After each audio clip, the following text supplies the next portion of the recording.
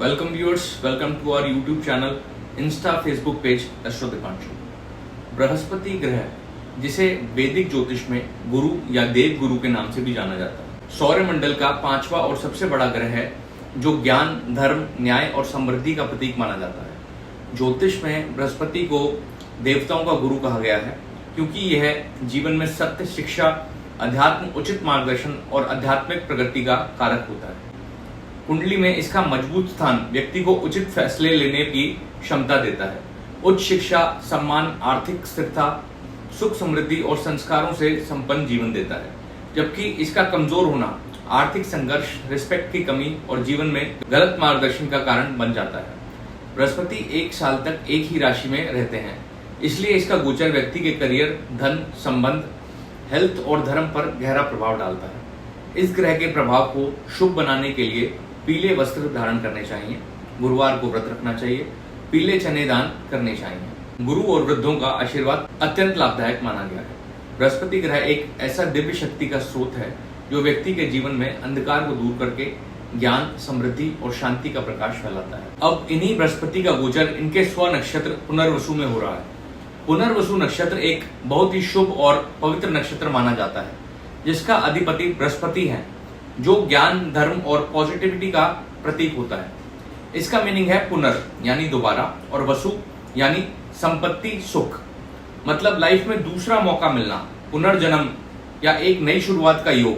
पुनर्वसु में जन्म लेने वाले लोग अक्सर ऑप्टिमिस्टिक, ब्रॉड माइंडेड और कंपैशनेट होते हैं, जो अपने अंदर के स्पिरिचुअल एसेंस को समझने की कोशिश करते हैं। इस नक्षत्र का स्वभाव बहुत जेंटल और नर्चरिंग होता है, बिल्कुल एक माँ की तरह, जो हर बार अपने बच्चों को संभालती है। जब बृहस्पति इस नक्षत्र में गोचर करते हैं, तब व्यक्ति के जीवन में नए अवसर खुलने लगते हैं, पुराने अधूरे काम पूरे होने लगते हैं और मन में एक नई ऊर्जा का जन्म होता है। इसका प्रभाव ऐसा होता है कि चाहे व्यक्ति ने कितने भी चैलेंजेस फेस किए हों, उसे फिर से एक नई शुरुआत का चांस मिलता है। पुनर्वसु नक्षत्र का संबंध ट्रैवल, लर्निंग और स्पिरिचुअलिटी से भी होता है, इसलिए इस समय लोग अपने जीवन के असली पर्पस को ढूंढने की कोशिश करते हैं। जब बृहस्पति ग्रह अपने स्वामित्व वाले पुनर्वसु नक्षत्र में ट्रांजिट करते हैं, तो इससे एक बहुत शक्तिशाली और समृद्धि देने वाला योग बन जाता है, क्योंकि बृहस्पति स्वभाव से शुभ, ज्ञान, धर्म और विकास का कारक है, और पुनर्वसु नक्षत्र स्वयं पुनर्जन्म या सेकंड चांस का प्रतीक है।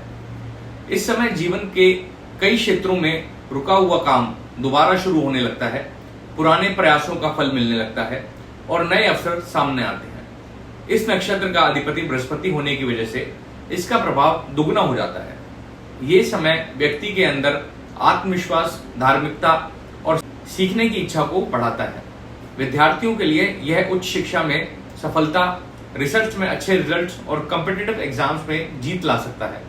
व्यवसायिक रूप से लोगों को नए कॉन्ट्रैक्ट्स, प्रमोशंस और लॉन्ग टर्म प्रोजेक्ट्स मिलने के योग बनते हैं। आर्थिक रूप से भी यह समय धन वृद्धि, इन्वेस्टमेंट्स पर अच्छा रिटर्न और परिवार में सुख समृद्धि लाने वाला होता है। लेकिन पुनर्वसु एक शांत और संतुलित प्रकृति का नक्षत्र है। इस दौरान जल्दबाजी या ओवर कॉन्फिडेंस से बचना चाहिए, वरना कुछ उपलब्धियां अधूरी रह सकती हैं। यह ट्रांजिट व्यक्ति को सिर्फ बाहरी सफलता ही नहीं, बल्कि अंतर आत्मिक शांति और नई सोच भी देता है, जिससे वो अपने जीवन में नए अध्याय की शुरुआत कर सकते हैं।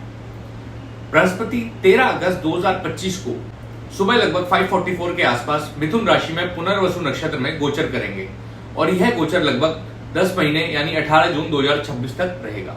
अब हम चर्चा करेंगे बृहस्पति के इस गोचर से सभी राशियों पर क्या प्रभाव पड़ेगा। मेष राशि। मेष राशि वालों, घर, प्रॉपर्टी और मदर से जुड़े मामले में सुधार आएगा। न्यू व्हीकल या घर खरीदने के योग बन रहे हैं। करियर में स्टेबिलिटी आएगी, लेकिन पेशेंस रखना होगा। स्टूडेंट्स के लिए ये समय बहुत शुभ है। पैसा आएगा, पर घर परिवार पर खर्च भी बढ़ेगा। एज अ रेमेडी आप ज्योतिषी सलाह से पुखराज रत्न धारण कर सकते हैं।